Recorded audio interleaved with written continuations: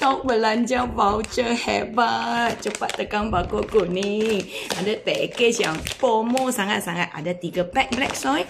Ada yang package untuk kopi. Kalau hantu kopi boleh ambil kopi punya set. Murah je. Ini Koko punya set. Ni 3 set tadi pagi I nampak ada voucher yang banyak hebat. Kawan-kawan cepat. Siapa yang tengah cari makanan yang sedap, sihat, grab set ini semua. Boleh buat minuman, boleh buat kek. Ramai kawan-kawan sudah pernah cuba kan. Black Soy yang dekat luar tak sedap-sedap. Sebab apa? Tawar lah. Lepas tu banyak lagi tambahan bahan kimia kan. Yang ini semua tak ada bahan kimia. Perisa, pengawet, pewangi, pewarna, gula, pemanis, semua dia tak ada. Tapi kan, rasa dia sedap. Betul-betul sedap kawan-kawan. Mani-mani manja. Lepas tu pekat-pekat punya. Korang cepat pergi grab. Nak jaga badan korang melalui minuman dan makanan sihat ni, korang cepat pergi grab.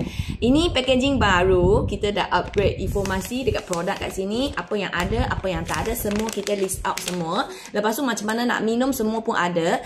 Macam mana buat kek pun ada. So kawan-kawan, tengah cari makanan minuman yang sedap. Kalau korang suka perisa kopi, tekan perisa kopi punya set macam ni. 2 soy, 1 kopi. Tengok harga dia sangat jimat. 2 angka je. Ini pun sama. 2 angka saja.